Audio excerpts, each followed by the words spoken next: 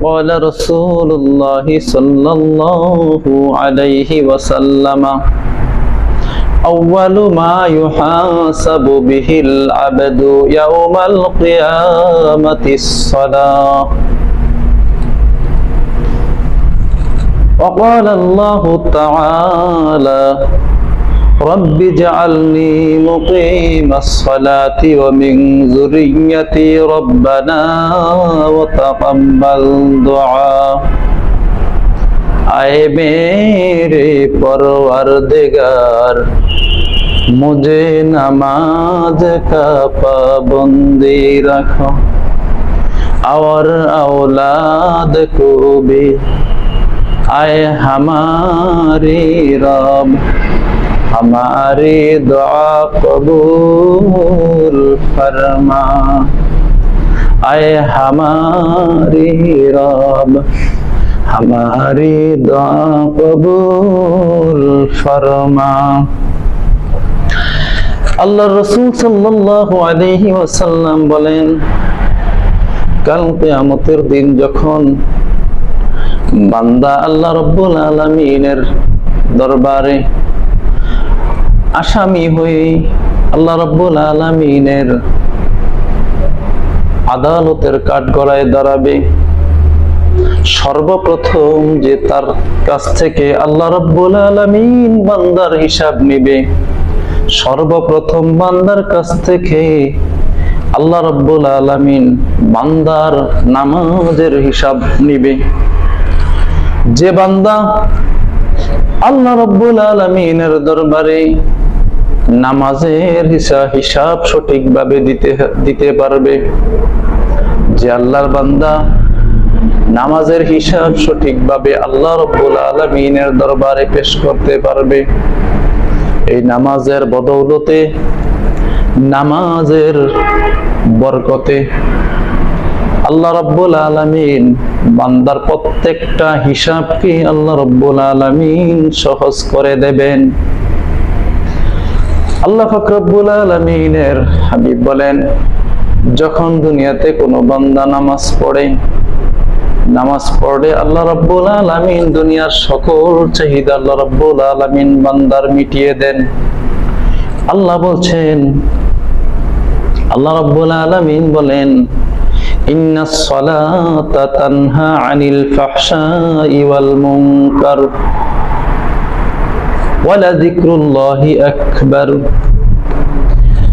দুনিয়ার মধ্যে যত ফায়সা এবং গর্হিত খারাপ কাজ আছে, আল্লাহ রাব্বুল আলামিন নামাজের মাধ্যমে আল্লাহ রাব্বুল আলামিন বান্দার যত ফায়সা গর্হিত খারাপ কাজ আছে, সমস্ত কাজ থেকে আল্লাহ রাব্বুল আলামিন তার বান্দাকে কুদরতি ভাবে নামাজের দ্বারাই ফিরিয়ে রাখে। সুবহানাল্লাহ। আল্লাহ রাব্বুল আলামিনের জন্য বলেছেন, বান্দা যদি 5 ওয়াক্ত নামাজ সঠিকভাবে আদায় করে, দুনিয়ার কোনো পেরেশানিতে বান্দা থাকবে না। আর এই বান্দার নামাজের হিসাব কাল কিয়ামতের দিন সর্বপ্রথম আল্লাহ রাব্বুল আলামিন তার বান্দা থেকে নিবে। আর সর্বপ্রথম যখন আমরা নামাজে দাঁড়িয়ে যে সূরা তেলাওয়াত করি, সেই সূরার নাম হচ্ছে সূরাতুল ফাতিহা। এই ফাতিহার মধ্যে আল্লাহ রাব্বুল আলামিনের সর্বপ্রথম আমরা তার প্রশংসা করি, তার মহিমা, বরত্ব, করুণা বর্ণনা করি। তারপরে আমাদের আল্লাহ রাব্বুল আলামিনের কাছে যা চাওয়া, সকল চাহিদা আল্লাহ রাব্বুল আলামিন এখানে পূরণ করার জন্য আমরা আল্লাহ রাব্বুল আলামিনের কাছে আবেদন করি।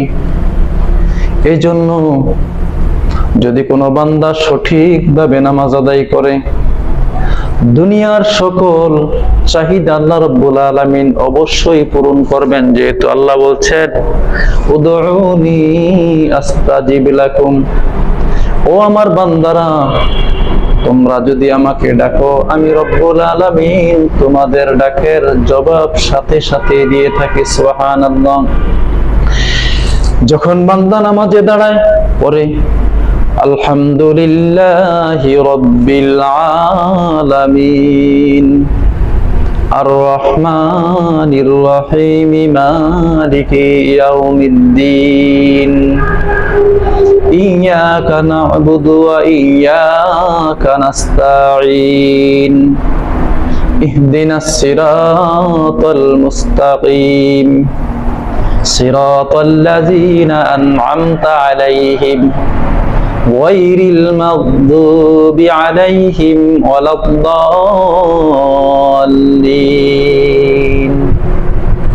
আমরা সর্বশেষ বলি আমিন। এই সূরা ফাতিহাতে কি বলি আমরা? সকলই বিশ্বের স্বামী আল্লাহর মহিমা, করুণা কৃপার যার নাহি সীমা। সকলই বিশ্বের স্বামী আল্লাহর মহিমা, করুণা কৃপার যার নাহি সীমা। বিচার দিনের ভিবু কেবল তোমারই আরাধনা করি, আর শক্তি ভিক্ষা করি। সরল সহজ পথে মুদের চালাও, যাদের বিলাও দয়া সে পথ দেখাও। সরল সহজ পথে মুদের চালাও, যাদের বিলাও দয়া সে পথ দেখাও। অভিশপ্ত আর পথভ্রষ্ট যারা প্রভু, তাদের পথে যেন চালায় না কবু।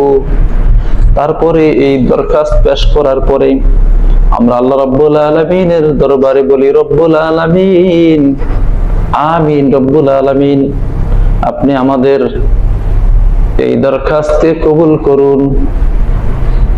এজন্য নামাজ যদি আমরা সঠিকভাবে পড়তে পারি, আল্লাহ রাব্বুল আলামিন দুনিয়ার যত ফাহিশা কাজ আছে এবং বান্দার যত চাহিদা আছে, নামাজের মধ্যে আল্লাহ রাব্বুল আলামিন পূরণ করবেন, এই ওয়াদা রব্বুল আলামিন দিয়েছেন এবং রাসূলুল্লাহ সাল্লাল্লাহু আলাইহি ওয়াসাল্লামের হাদিস দ্বারা তা প্রমাণিত।